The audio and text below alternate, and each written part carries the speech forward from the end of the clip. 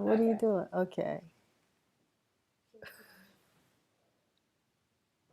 So I can get started now. Thank you. We're so distracted this morning, and I apologize this afternoon. I apologize, and maybe it's the Christmas spirit. Maybe it's the fact that we are beginning to realize we're going to be locked down a little bit more for COVID. Who knows what it is? But we're here, and we're glad to have you here with us for this new edition of WIN TV, Washington Informer News. And I'm going to jump forward because we have a great designer at the end of the program. And it looks like, from what I'm seeing in this, right here, I need to be doing something with my own little style here. So help anybody out there that can tell me what to do with these crazy locks that just don't want to look right during the holidays. But, anyway. And I want to say thank you to our office manager and what we call our interior designer. You can't really see this backdrop that she tried to pull together for us, and I don't think I'm sitting at a great angle, but I'm going to get my head out the way so you can see. Isn't that gorgeous? That is so nice. Maybe I should sit over on this side. Okay, we're still trying to get it to know that doesn't work. Anyway, we are going to have a great show for you today, despite all of my craziness. And I'm so glad that, we try to keep it light and lively, but keep it serious as well. Joining us today will be DC Deputy Mayor for Planning and Economic Development, Mr. John Falcicchio, who will be talking to us about his department and how it's helping businesses and DC residents during the coronavirus. COVID-19 has not disappeared. In fact, since Thanksgiving, the U.S. is experiencing another surge. We've been hearing it all day and all night on television. So we are going to be following up with that. And we're so excited to have with us Ambrose Lane, our very own Ambrose Lane here from Ward 7, and Reverend Frank Tucker with First Baptist Church in Northwest of the Black Coalition Against COVID, who will be sharing highlights of the coalition's efforts to inform and educate Black Americans about the virus. They will also share highlights of this week's Facebook Live conversation with Dr. Tony Fauci on COVID-19 and the Black community. We'll also be talking to Jackson, CEO of Eagle Eye Photos, who will tell us about her business and what she's done to transform it during the quarantine period. And lastly, as I mentioned before, I'm so excited to talk to DC's very own renowned couture fashion designer, Afua Sam, who will share what we need to do to continue looking good and fashionable despite orders to stay indoors during COVID. But let's look at what our Washington Informer reporters were writing about this in this week's Informer, and we've got it here. I hope you picked up a copy. It's available on newsstands. If you want to know where to get it here in the DC area, you can visit us online at washingtoninformer.com or call our office at 202-561-4100. That's 202-561-4100. You'll probably get Angie Johnson on the line. Tell her what you thought about her designs behind me, our set. And also, she can make sure you can get a mailed subscription sent to you. And in this week's issue also is our quarterly health supplement. And this is done by our special issue editor, Chantella Sherman. And it says gastronomics, but we're talking about the belly, what we need to do to keep our bellies healthy because, disease lots of times happens or begins right there in the belly. And so we'll be having a little more health conversations before the end of the year. So again, follow us on WashingtonInformer.com. When you go there, I always like to ask that you consider subscribing to Washington Informer online. It means that you will get a digital copy of the newspaper every week, as well as other news that we broadcast. We have WIN Daily that we send out every day, and of course our weekly highlights at the end of the week. We don't want to overburden you with a bunch of emails, but we certainly do need your support. So hopefully you will follow up and subscribe to Washington Informer online. The FDA has approved COVID vaccine by Pfizer, and DC Health Director Dr. LaQuandra Nesbitt announced the rollout plan for the 6,825 vaccination doses that will be delivered to the 6 medical centers in D.C., including Howard University, MedStar, Washington Hospital Center, George Washington University Hospital, Children's National Hospital, Kaiser Permanente, and MedStar Georgetown University Hospital, and it will cover less than 10% of DC's frontline healthcare workers, who number around 85,000. Mayor Muriel Bowser has announced a $1,200 stimulus payment to DC residents who filed and were deemed eligible for pandemic unemployment assistance, PUA, as of November 30, 2020. And James Wright shares news about a DC single-member district that can elect an advisory neighborhood commission, but has not. That SMD takes in DC jail inmates, and which makes those inmates now eligible not only to vote, but to serve as an ANC commissioner. Hamil will be following up on that story and so much more in days to come. So we have more news for you, so stay tuned and we'll be right back.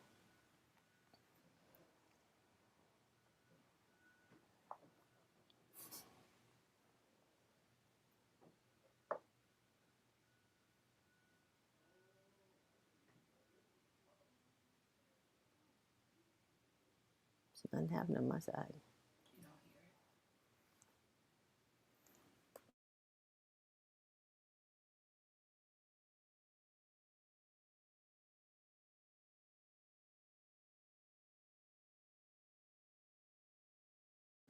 Okay, this is a day of technical difficulties. I'm not sure why, but we had great stories for you, and it looked like they didn't come through, so we apologize for that. So we're just going to jump on into the program that we have scheduled for you today.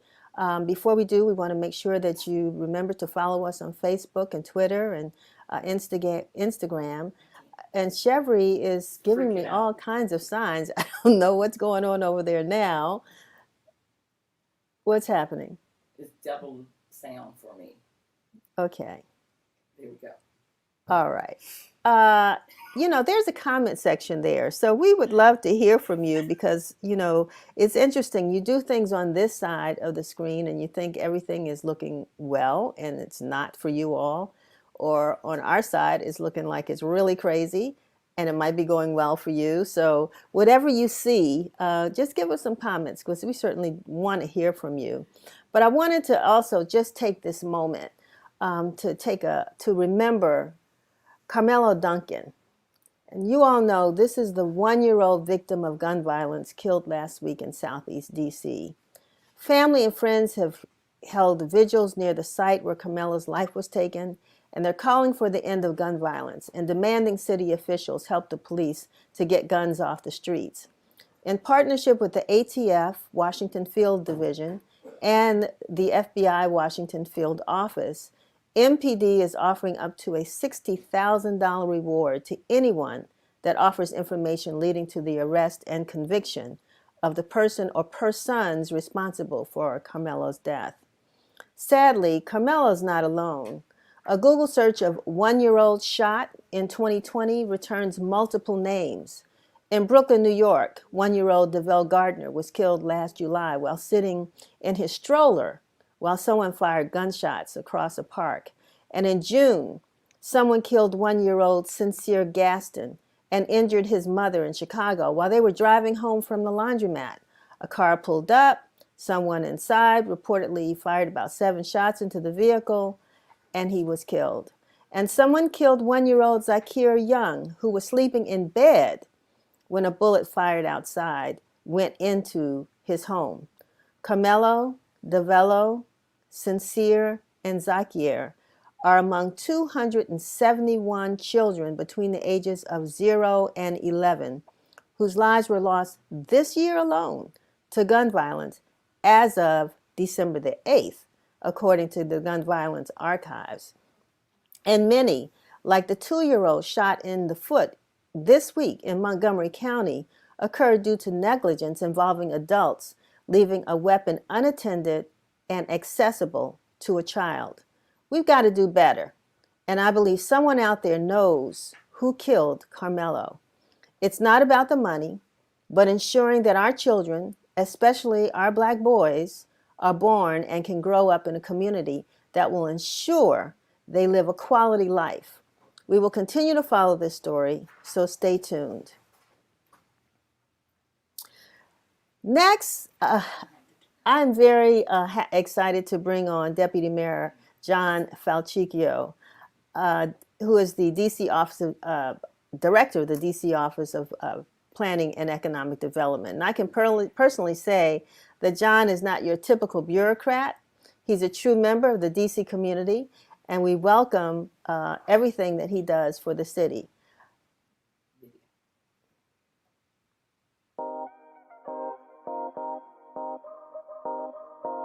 So we're at Hill East today, and we're actually cutting the ribbon at the Park Kennedy.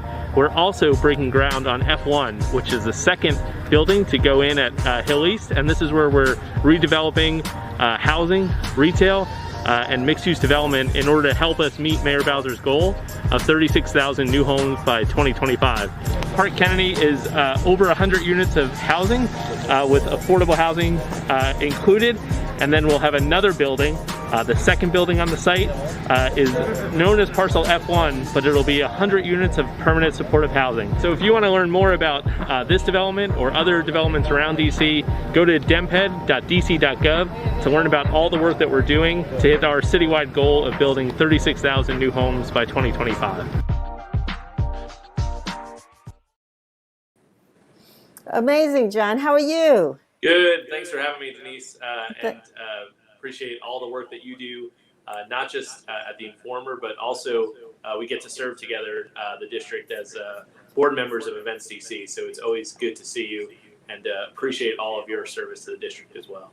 Well, I hope that you've enjoyed our comedy 15 minutes before we got started, just trying to get the show going. But it's always a pleasure to have you on. I can honestly say, you know, my inbox is full of stories about what this administration has been doing to try to get us through this pandemic and try to deal with all the issues like the bridge grants and all of that you all have been doing. And so I'm glad that you're here with us today so that you can spell some of this out for our viewers. So where do we want to start? Well, it would be great to start with our housing stabilization grants. Sure. Start there is because Denise, the deadline for that program is actually today. So let me tell you a little bit about the program. It is a $10 million fund that the mayor set up to help support our income restricted affordable housing as well as our small housing providers. So for our income restricted housing, those are all of the projects you see around the district. There's actually 288 of them where our Department of Housing and Community Development or our DC Housing Finance Agency has made an investment. And the reason I'm saying they're income restricted is because they only will allow folks of certain incomes, whether it's anywhere from 0% to 80% of the area median income. And so for those, we call that Group A, folks need to apply by today. But also for Group B. So Group B is actually our small housing providers. Anyone who has a 1 unit up to 20 units can apply for support if they've been impacted by the pandemic. We know that people are renters and residents are having trouble making rent. They've lost their job, they've lost hours at their job, and there's a lot of stresses that come with the pandemic. So the housing stabilization grants are grants that the housing provider applies for. And when the housing provider applies for it, what they're saying is, we'll accept the grant and we'll forgive 20% of the rent, and the District of Columbia will cover the other 80% of past due rent. So the housing provider is putting in some, and the district is leveraging the limited resource we have. And the renter, actually, in those instances, if they're in one of these buildings, they will have their past rent forgiven. Wow. Now, the reason the mayor wanted to do this is we have several rental programs, and I hope we'll be able to talk about those too, that the renter applies for. But this program, the mayor said, we should have the housing provider, because if you take an entire building and you clear the rent rolls of the delinquent rent during 2020, you actually take an entire building and make it whole. If you make that building whole, you take a step into making that community whole. And so that's our approach on the housing stabilization grants. I mean, it's fantastic news. I'm kind of disappointed that we weren't couldn't have gotten you on earlier to really help to get that word out. I'm sure that there are a lot of landlords in the DC area, and I'm hoping that they will their network will share this with them today. But what is there any chance that this will be extended? Well, I here's mean, the what's been the response?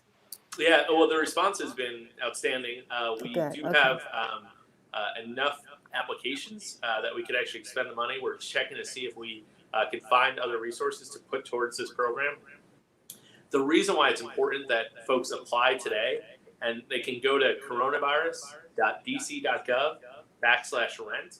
That's where we have all the programs that we're talking about today listed.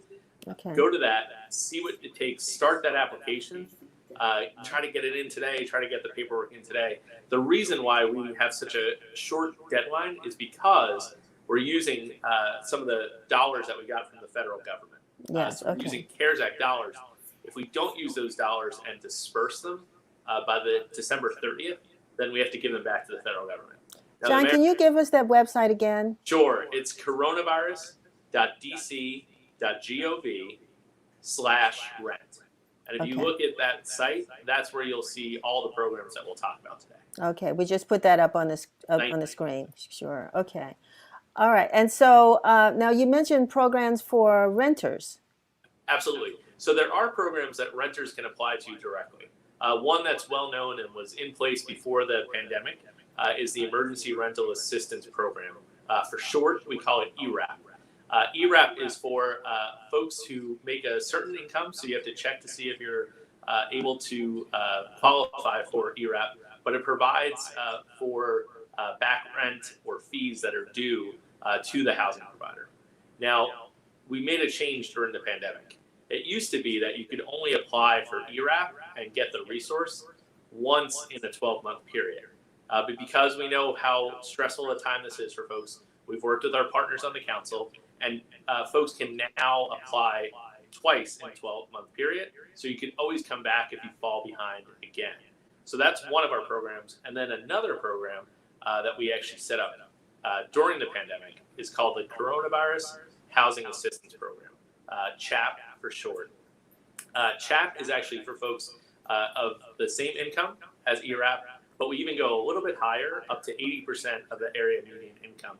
And for folks who are watching, that's about $56,000 for a single person. It's about $80,000 for a family of four. So if you're making that income, you apply to the CHAP program. We'll verify that you have been impacted by the pandemic. And then when we do, we'll make a payment to your housing provider and take some of that past due rent off the rolls for you. So that program as well. I know I'm giving out a lot of different programs and different program names. You don't have to memorize it all. The one thing you do have to know is that website that Denise, you put up, which is that coronavirus.dc.gov/rent. Take a few minutes today, see if you qualify. And we're not done there, Denise. There's actually another program for renters and for DC residents, all DC residents. If you're falling behind on your utility bills, now is the time to actually look at a program we call LIHEAP.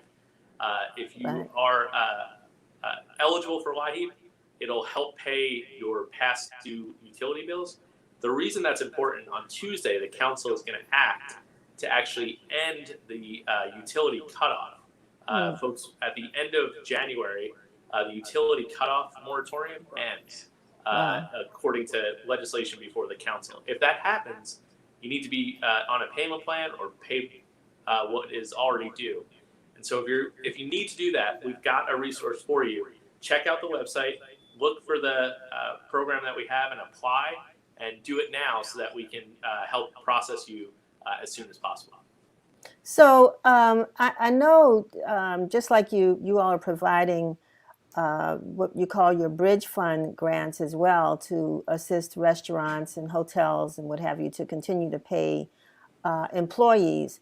So I'm just wondering if you all have numbers. I mean, when the eviction moratorium lifts, if it does lift at the end of whenever the date is, and when is it? Is it going to lift here For in the district? I'm sorry, you were breaking up a little bit there. The eviction moratorium. The eviction, that's a good question.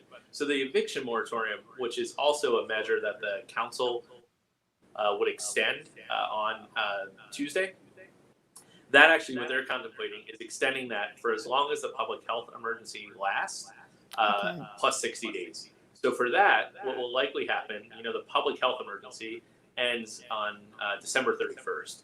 What will likely happen is on Tuesday, the council will give the mayor the authority to extend it beyond December 31st. And then what the mayor will likely do is extend it and put into place measures in order to keep us all safe. One of the provisions in what the council will do is an eviction moratorium, which will run as long as the public health emergency does, which likely will be March 31st. And then it will also run 60 days beyond it. So the public health emergency, when it ends, plus 60 days is how the council is approaching the eviction moratorium. Are you all looking at numbers? Can you estimate the number of district residents that may fall into the category of those that are, maybe facing eviction or in need of these services? So one benefit of doing this grant program now, the housing stabilization grants, is we're finding out from housing providers what the strain is on the rent rolls. So we're getting from them just how impacted they are, and it'll kind of bring up some of the data that you're talking about. How stressed are DC renters is something that we'll see in the coming week or so. After the application closes, we have a little bit of time to analyze the applications. We'll be able to know for this type of housing how rent burdened people are because of and during the pandemic. And before the pandemic, there was always conversation about, defining what is affordable housing. And we've got one of our comments here. The question is wondering if there's been any refining of the definition of affordable, particularly since COVID has hit. I mean, it's affecting everybody. So has the definition been changed or? Yeah, so it's really defined by what the area median income is. And so that changes. And when it does, we update it. What we're also trying to do is make sure that we're clear when we start development projects, that it is clear what our requirements will be.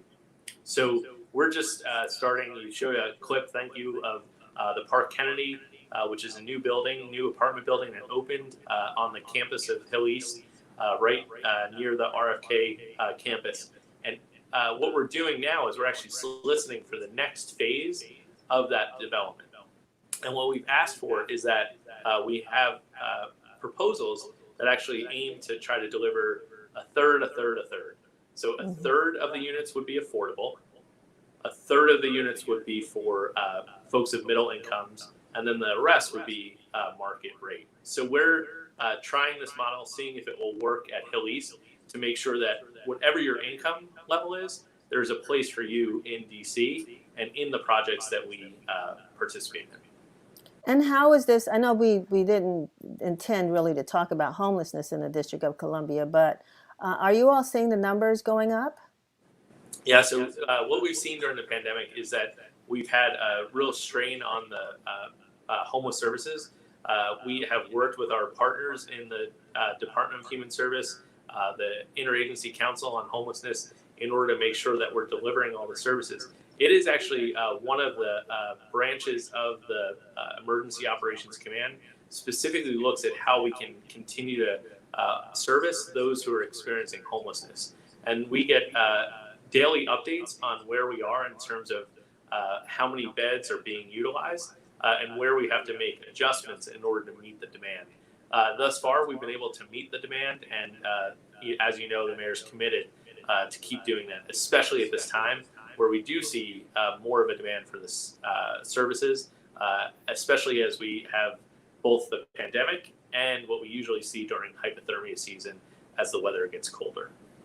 One thing I can say about you, John, is that you're kind of like wherever they put you, you do the job. And I've seen you in different positions in this administration, and you're very dedicated and hardworking. At least that's my opinion. But I'm just also, I guess my last question would be, because of the fact that so many residents of the city have so many different needs, and it appears as this their entry into finding answers to their needs is a 311 call center. Are you all satisfied with how the center is responding and also distributing questions or concerns to your agencies to make sure that people aren't waiting for weeks and months to get responses to issues they might have? Yeah, no, and right. We actually met with the director of the Office of Unified Communications, Mayor Bowser. Had a meeting with her and other members of the public safety team just this week to talk about that. And we want to make sure what we're seeing is that folks are actually getting the information they need from the operators as quickly as they can, but that we're also making sure that the agencies, when a service request is made, that the agencies actually follow up and meet the performance guidelines that the mayor has laid out for them. It's something that we're constantly working on. And what we know is that the Office of Unified Communications runs the 311 center, right? And their operators are doing the hard work of interacting with our residents. And what they are telling us is that what people want to see is that when a ticket gets closed out as the work is done, that residents want to be able to see that.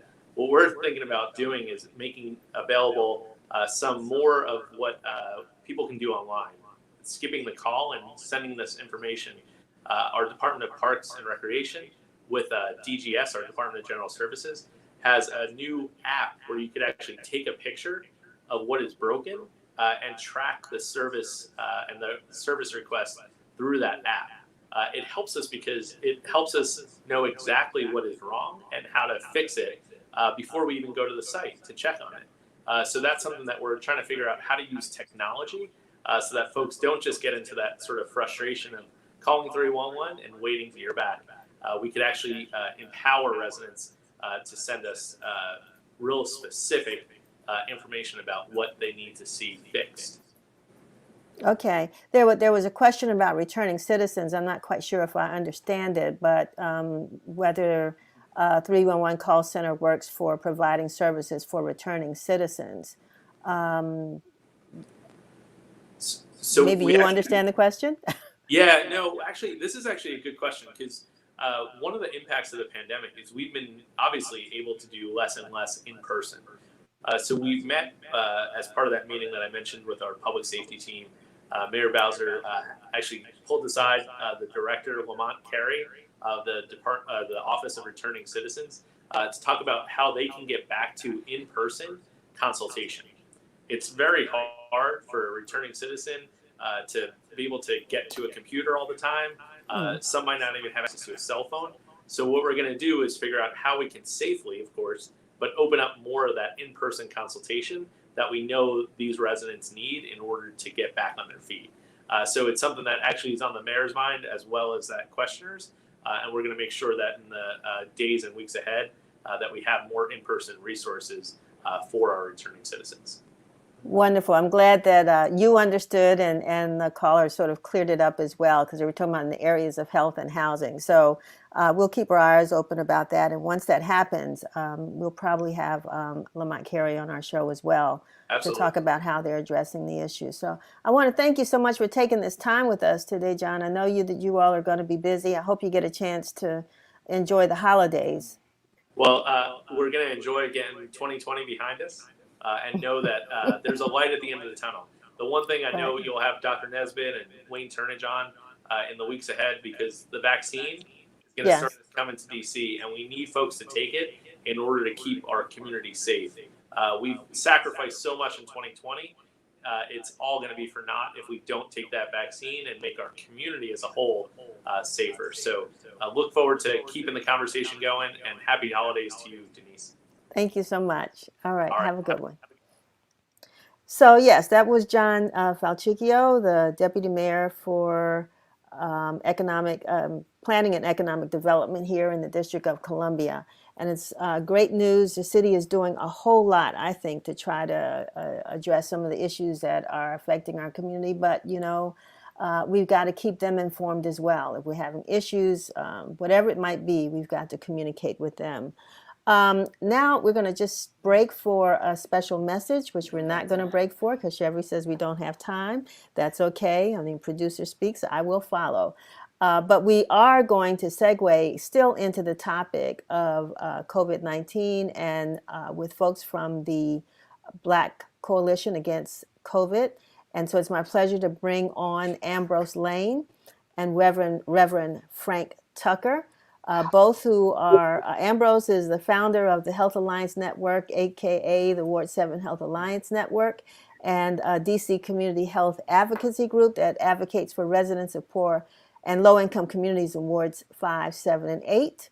Ambrose, I could go on, but because your bio is extremely long and your work speaks for itself with regards to all that you've been doing in the area of healthcare. I mean, you're a true soldier in this war about bringing about healthy communities. So I'm so glad to have you with us. And Reverend Tucker, wow, I mean, you're if it weren't for if it weren't for the Lord, where would we be? And thank you for being one of his soldiers in this war against this pandemic and just trying to keep communities healthy. You've been involved from the faith community for many years, and I've just enjoyed and appreciate the work that both of you all do. So welcome to WIN TV. Welcome, and thank you for having us. Sure. So Ambrose, I'm going to start with you because you're one of the co-founders of the Black Coalition Against COVID, and we've had Dr. Reed Tuckson on the show, but we haven't had him on in a while. We've been running the letter to Black America on every one of our segments. And that letter really talks about this vaccine that John Falcicchio just said we need to make sure our residents participate in. And you're very, focused on that as well. You asked Dr. Fauci some very tough questions on Wednesday night. So let's talk about that conversation. Well, it was an important opportunity, to be honest with you.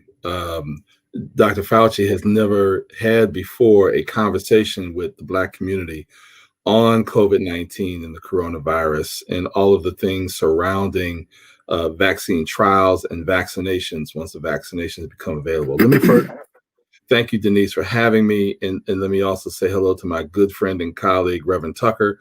Reverend Tucker is also a co-founding member of the Black Coalition Against COVID as well, and on the steering committee. So thank you for having me.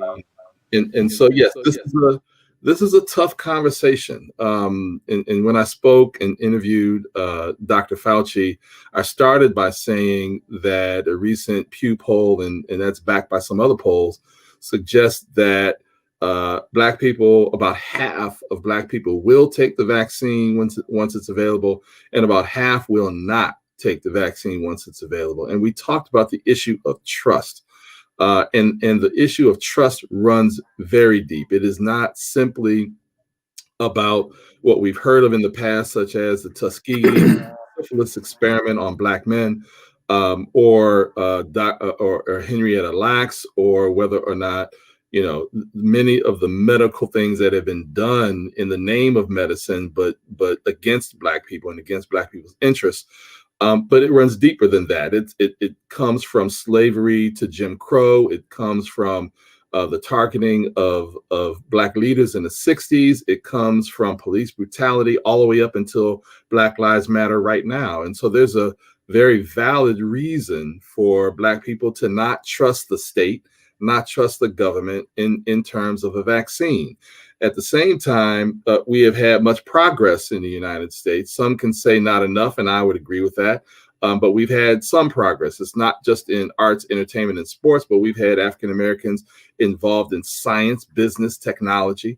And in fact, Dr. Fauci talked about how 2 African Americans at the National Institutes of Health have helped develop the vaccine. And so There are African Americans in science all across this country that are involved in many different things. There are African Americans with some of the pharmaceutical companies.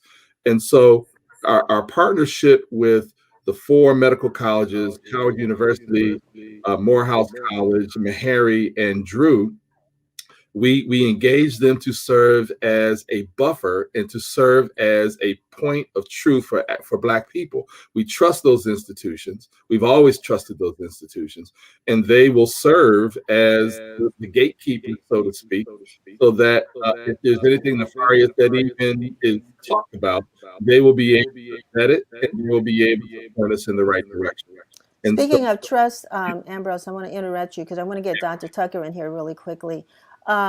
Because the faith community is one that is a trusted community.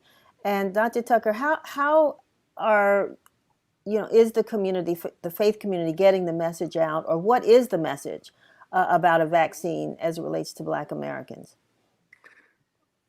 We are really engaging in this whole issue of addressing the issue of the vaccine. But we are doing it somewhat cautiously and carefully.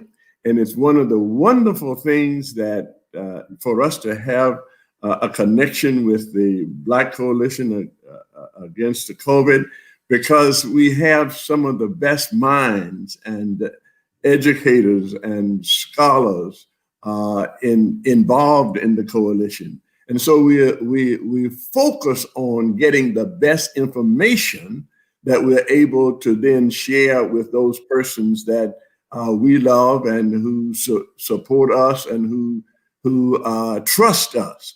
We want to make sure that we are providing the best information for them. So in that context, we are glad to have that relationship, and then we can be more sure in taking advantage of the idea that we don't want to be left behind in taking something that is really good for us to protect us. We are certainly leading the line in terms of the disparities and in terms of the challenges for in the area of death. And we need to be on the front line for any cure or any vaccine that's coming along. And we don't want to let the old experiences rob us of some new opportunities that's before us. And so we got to walk the line and maintain a posture and way of communicating with the community so that they will maintain that trust and respect for what we are saying. And so we're working at that. And I think it's taken place in a wonderful way. The coalition, in its relationship with the universities, the Black universities, and all, is helpful in making that happen. And surely the town hall meeting that we've had recently, the bringing people in that's knowledgeable, that we can see them, that we can be familiar with, that they can talk our language, talk with us, and we can ask the relevant questions. All of this is a part of what we are doing in connection with making sure that people themselves are informed, and then they can make better judgments and make better decisions about what they want to do. We want to take advantage of it. So, I mean, that's one of the things, Ambrose and Reverend Tucker. We're on Facebook. The show goes all over the place, but right now we're talking about, the DMV. And we know that when it comes to the Black community, the coalition, the faith community, and you just said it earlier, Ambrose, about trusted messengers, trusted voices. So, there may be folks that will be getting vaccines before this month is out here in the United States. And the mayor, we talked about, their programs that's coming up pretty soon after the first of the year. How would you, I mean, at one point, some people say, well, if this person takes it, then I'll take it. Or, 6 months after this person has had it, then I'll take it, or I won't take it. I mean, what is that defining moment before someone gets sick and dies. What is that defining moment that you would recommend that people look towards to make that decision as to whether they'll take the vaccine or not? Well, first of all, this is an uphill climb. And I'm just going to say point blank, it's an uphill climb because of the level of skepticism that we have for government because of what I mentioned about what has happened in the past. And so part of making this decision, I think it is important for Black people to see other Black people either taking the vaccine or participating in vaccine trials. I know that I was on a call with the Anacostia Coordinating Council, and I revealed that Howard University is getting ready to start a vaccine trial. And when they do start it, that I will apply to participate in the vaccine trial.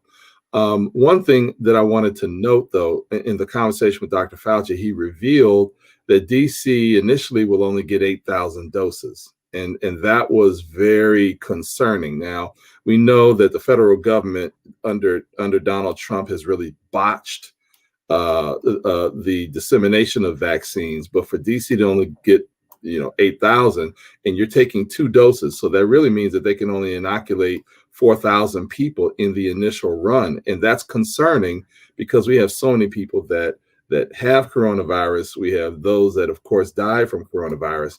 And we are certainly going to need more than that. But I do think that it's the example that Black leaders and others take that will signal to our community that it is safe to be able to take. You cannot catch coronavirus from taking the vaccine. So that's misinformation. In addition to that, the only side effects that are known right now is maybe some redness or soreness or a little bit of swelling when you take a shot, but you get that when you take the flu shot. So there are several bits of misinformation that is out there, and that's part of what we are trying to do at the Black Coalition Against COVID. And one of the questions that I don't know the answer to, when you say that there's the initial vaccine and then the follow-up, hey there, little person behind you, is that, and that's the second one, when you take the second vaccine, how long after the first do you have to come back to take the second? My understanding is that it's 3 weeks after.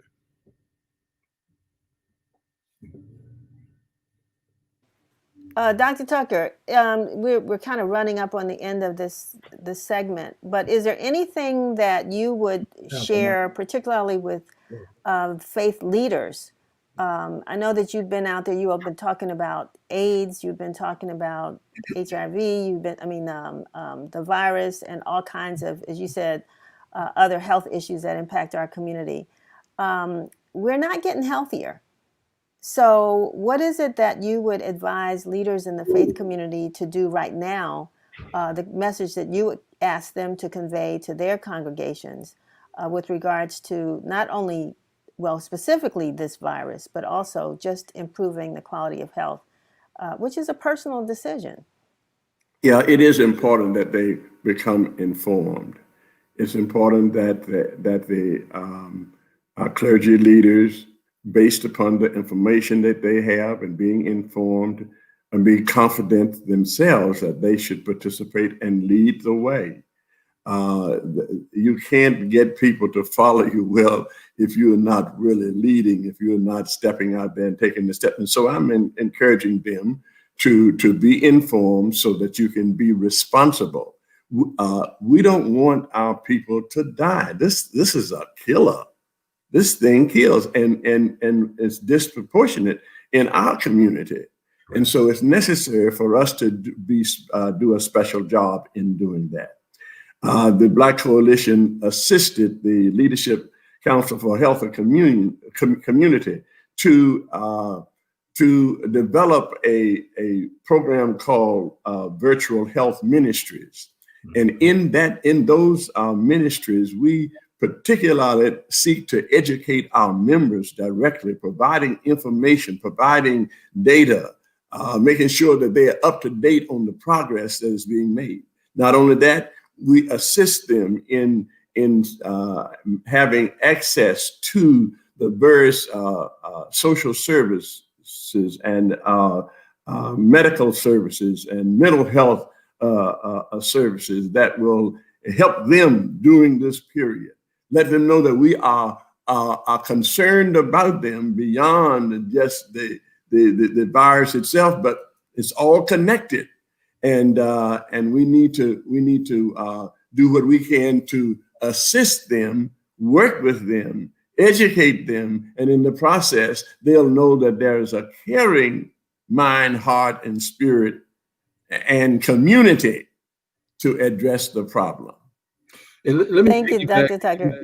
Yeah, Ambrose, because we got like 30 seconds. So Virtual Health Ministries is a fantastic program that Reverend Tucker described. One of the things that we also have to do, the coronavirus exposed what we've always known in the Black community as the negligence or the lack of funding for programs that will enhance our health. We now have to say, as Black people, never again. We now have to put the resources in place, and that's across the spectrum of social determinants, to make sure that we are never as a community in this situation again. And we call upon our leaders, we call upon our elected officials, we call upon our community leaders to ensure that we get the resources to make sure that this kind of situation never happens again.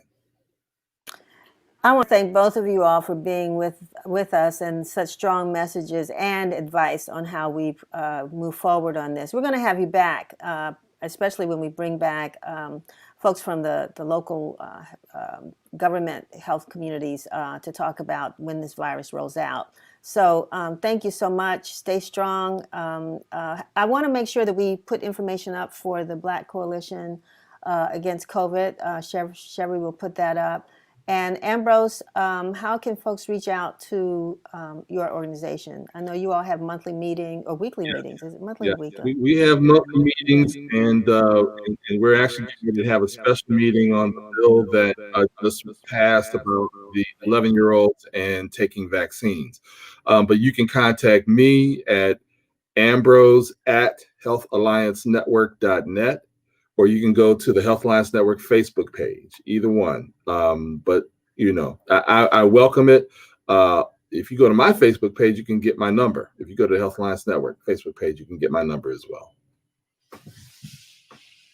All right. Thank you so much. And gosh, I'm glad you mentioned that 11. That's a whole nother conversation, which we did an editorial on. And there's still a chance maybe to what I think was not a thoughtful decision by members of the DC City Council. So I'm with you on that, and we need to come back and have that conversation as well. Gentlemen, thank you so much. Have a wonderful and safe holiday, and hopefully I'll see you soon. Thank you. Have a great holiday. All right, thank you. Thank you. So we are going to now bring on someone who I think we want to kind of lift it up a little bit, because both of those are very important but heavy subjects. But P.R. Howard Jackson, she's with Eagle Eye Photos, otherwise known as Jackson. And I'm telling you, she's a native Washingtonian who's described herself as a serial entrepreneur. So you got a new project now, but let's talk about what you were doing and now what's happening in your life now. Thank you so much for joining us, Jackson. Awesome. Thank you so much for having me. It's a pleasure to finally meet you and to be able to be on your platform. So thank you so much for that. Yeah. So where did the serial begin? It began a long time ago, actually. I've been a contractor for the government, traveling all over the world in the field of biometrics technology. And during that course of time, I decided to start an IT company. And then after starting an IT company, I decided to invest in real estate. And so I am a self-taught buy and hold investor. I purchase rental properties in Baltimore City. I have a lot of interest. And so what I've decided to do in my life is to create businesses out of the things that interest me and out of the things that I think will benefit the world, myself, and my family. I'm not a believer that you should just do one thing. If you have many areas of operation that you would like to operate in, I think that you should somehow try to figure out a way to create a platform that can be utilized for you to profit from that, but then in turn turn around and bring others along. My wife and I recently, actually maybe about 2 weeks ago, just filed our non-provisional patent, and we have an invention that's coming up, which we'll probably begin to look for funding and start a prototype. This invention is going to be geared towards pregnant women and how they're transported to the hospital safely. And so we're very, very excited about that part. I think in the midst of COVID, the message that you just gave is really, really important. There's so many things, you're right, that we have a passion for, that we do. And this period of being locked in has allowed us to focus in on some of those passions. Absolutely. And then trying to figure out, how can I generate revenue from this? How can I make some money? Absolutely. And so it's a great message. No, it is a great message, and it's a message that I want people out there. Sometimes people don't, they think, or they're told that, you go to college, and I went to college, I graduated from college, that you're systematically programmed to do one thing, when you have many other interests that you can utilize to create opportunities. But the goal of all of this is to bring others along with you, right? Once you begin to prosper and once you begin to succeed, the goal is to reach back and help someone else and help them fulfill their goals and their dreams. And that's my message. We're going to be talking to folks in the next couple of weeks about, not necessarily New Year's resolutions, because I don't think we ever got a chance to see last year's resolutions come into fruition because of COVID. So we don't need to make new ones, but the I guess the attitude behind what we do. This is you have just given that to us, and I appreciate that. But let me ask you, because you haven't talked about the photography, and so that's another thing in this virtual photo gallery that you've created. Talk to me about that. Absolutely, I would love to. So the name of the company is called Eagle Eye Photos. Our website is www.eagleeyephotos.net. It is a digital photo booth company, and also my wife does the photography portion of the business. And what we did was we wanted to kind of lay the foundation first, right? So working with the DSLBD, those guys over at Kate in Virginia, they've been very awesome. We've gotten about 7 different certifications for that company. And during this pandemic, though, being a part of those certifications has opened up the doors for us to get many grants, right? Get many opportunities. One of the opportunities that we was able to get through the NGLCC, that's the National Gay and Lesbian Alliance, was an entire year of Bank of America's knowledge-based portal, right? And other certifications. NGLCC also allowed us to be able to be a part of a platform where we were able to talk to Walt Disney, where we were able to talk to Target, where we were able to talk to Cox and businesses like that, because our goal is to kind of create data. So our photo booth is an analytics piece. It is a data-driven piece, but it's in a fun, non-intrusive way, right? Everyone in the world today loves to take photos. And so that's what we part of what we do. We're in that entertainment space, and we was hit very, very hard, right? But we've been able to bounce back by our virtual platform. We actually have a virtual photo booth platform now, which allows us to expand worldwide, right? There is no limit for us now, right? And we're very, very excited about that virtual platform piece. And all of the information is on our websites. I know that you have to get to your next guest, and I want to be respectful of that. But, we are giving a discount for the next 5 people who book with us. We're going to give you half all of the virtual platform. So we don't even have to come out to your location anymore. We can do a consultation with you, create your day, create all your overlays, help brand your day and brand your event. And, we can still make it fun. The goal is to help employee engagement, right? Companies are looking for opportunities and ways to engage their employees and to engage their clients. Exactly. Right.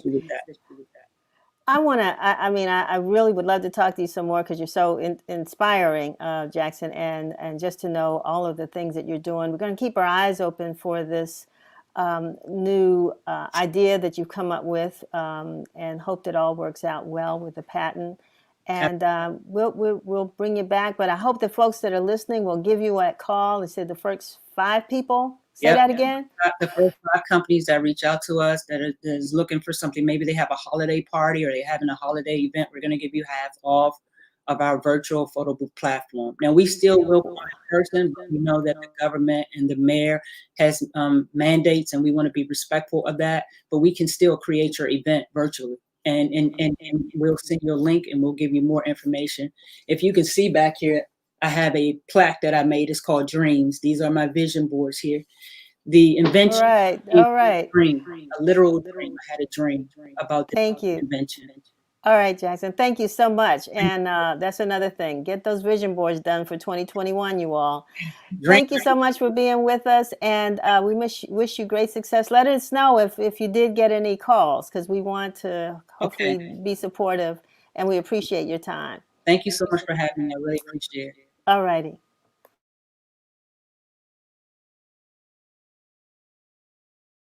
I'm so excited, but that was great. I love people who just like have an idea and say, let's do it. You know, let's not let it just sit there and wither like a dead leaf. I know there's a better way to say that, and I just can't think of what it is, but I think Jackson could have told me, and I think it was just great having her on. And speaking of people with ideas, thinking of people who've taken nothing and made something out of it, who've made other people beautiful because of it, is our next guest, who is owns a Black-owned business. She was a self-taught seamstress, and now she is a couture designer, Afua Sam. And she's been patiently waiting for us, and I'm hoping that she's getting ready to come on, but we've got some.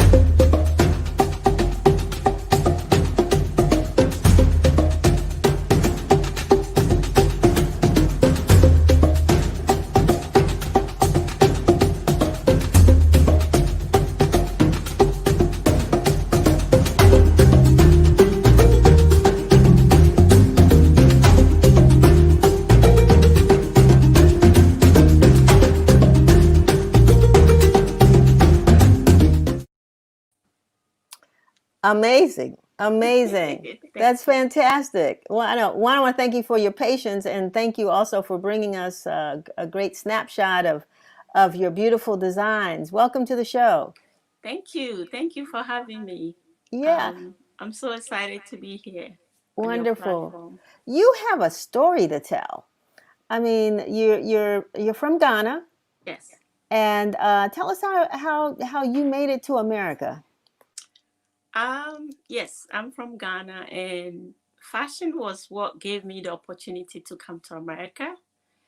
And so when I was coming, I didn't know anybody here, but I didn't want to lose that opportunity and not knowing what would be being here would be like. So I took the opportunity and came, and look at what God has done. So it's a lot of details in there, but I'm so thankful for the people who supported me when I first came here, to give me opportunity to put my stuff out there, to put it on stage for people to see.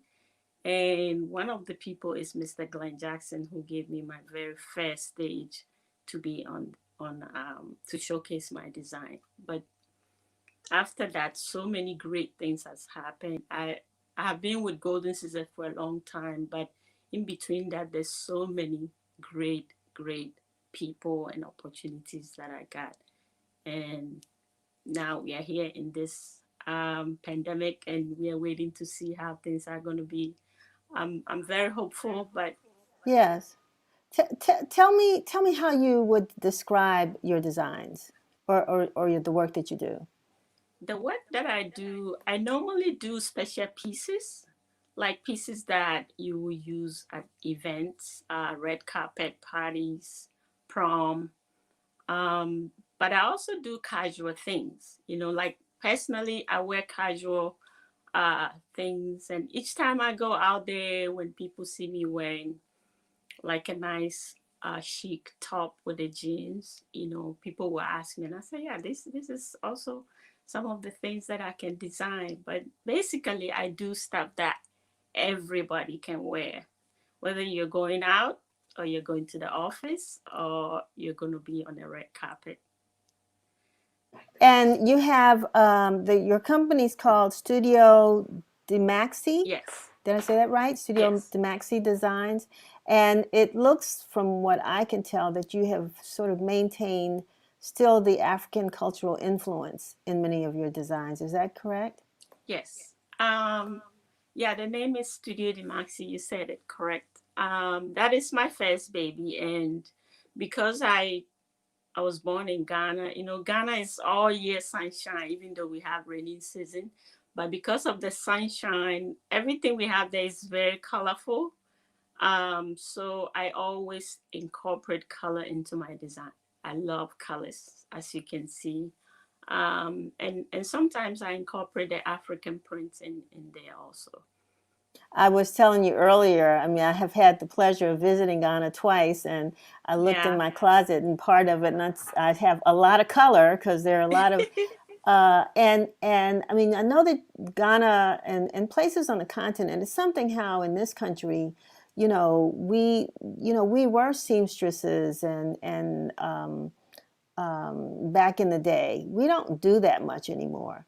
But in many of the African countries, you can go to a shop, buy some fabric today, see a seamstress that afternoon, and have an outfit that night, or at least the following morning. Yeah. And that's very strong in the culture. How have you all been able to maintain that? And, how has that worked for you? I think it's a good thing to, have that trade, the first time I ever did anything sewing, I did it with my hands when I was in school. But it's also in our culture that when you're getting married as a woman, you get a sewing machine. So there's a lot of households that have a sewing machine. Even if they can sew, they still have it there. And that's how I started practicing how to sew.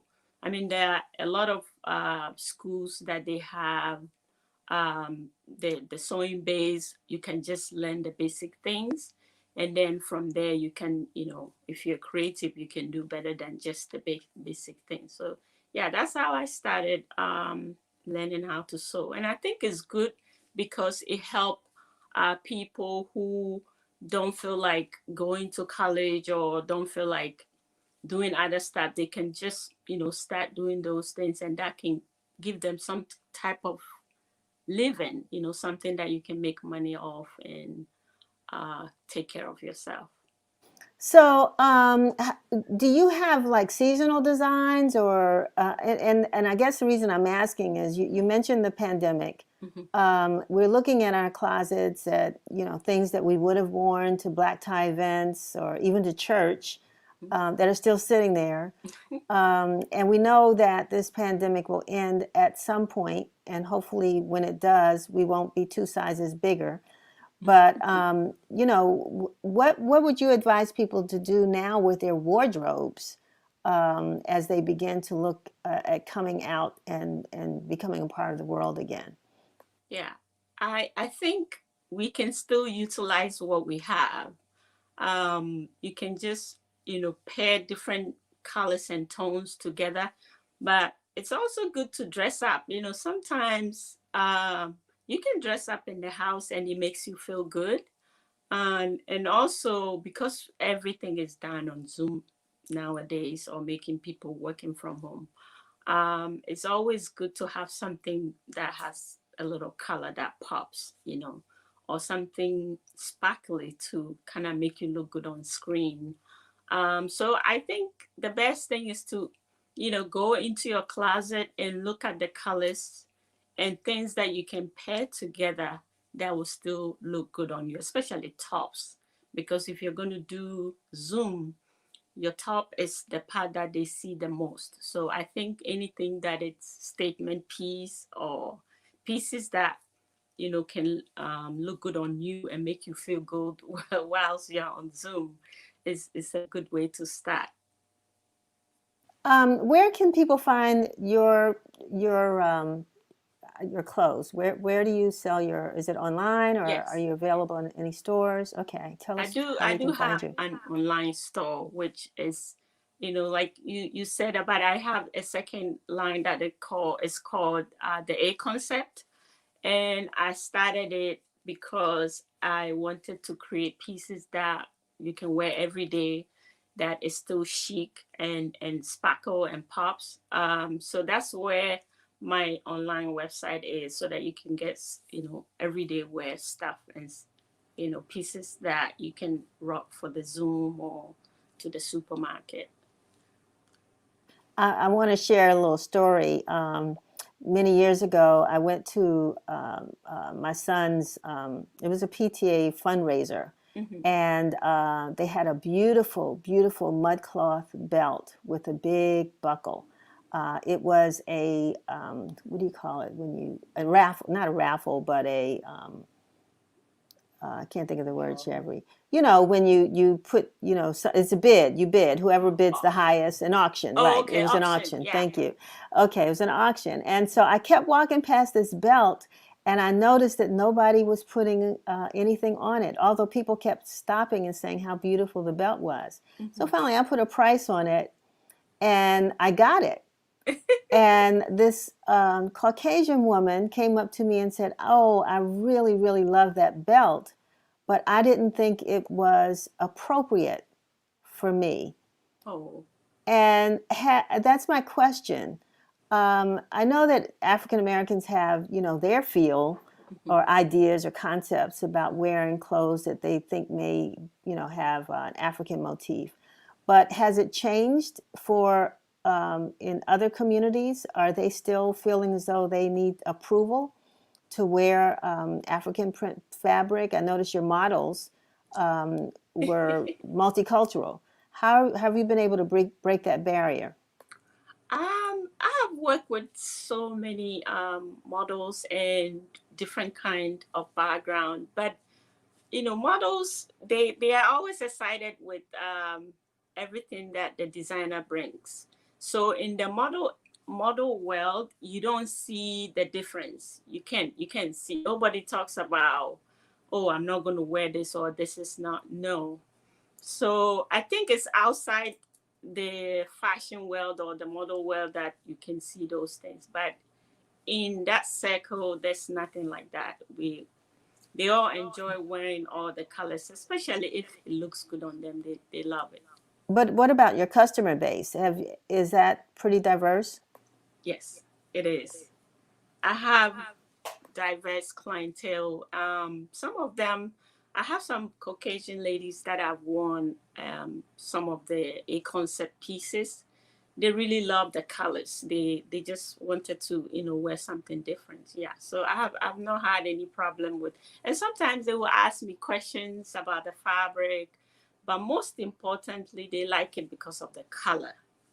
They always love the colors and the prints, like what you said about mud cloth, which I use very often, especially in my A concept designs, because I want everybody to get into the culture, to get into it, to enjoy and see that we also have colors that can fit in all kinds of occasions.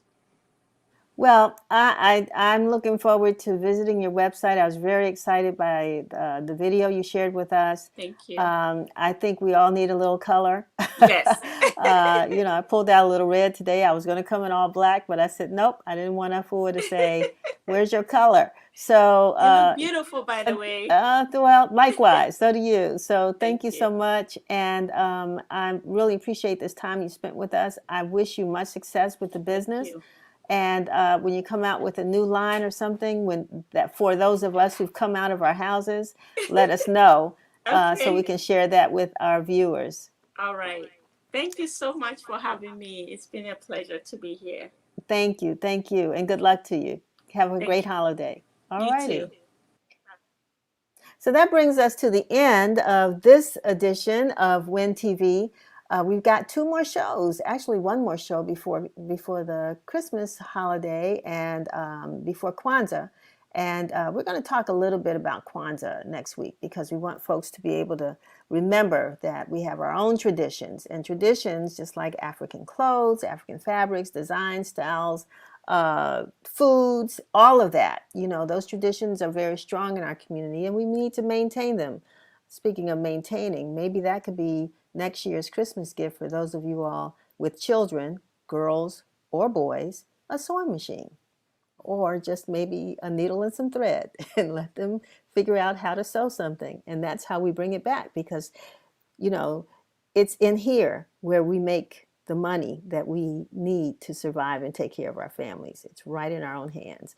So with that, we're going to go and have a little, what is it, a photo gallery, Chevry. Thank you all for your patience today. It's been a crazy show, but we've gotten it all in. I've run over a little bit, but we want you to join us again next week on Friday at noon. And until then, be safe, wear your mask, maintain your social distancing, and read the Washington Informer. Have a great day.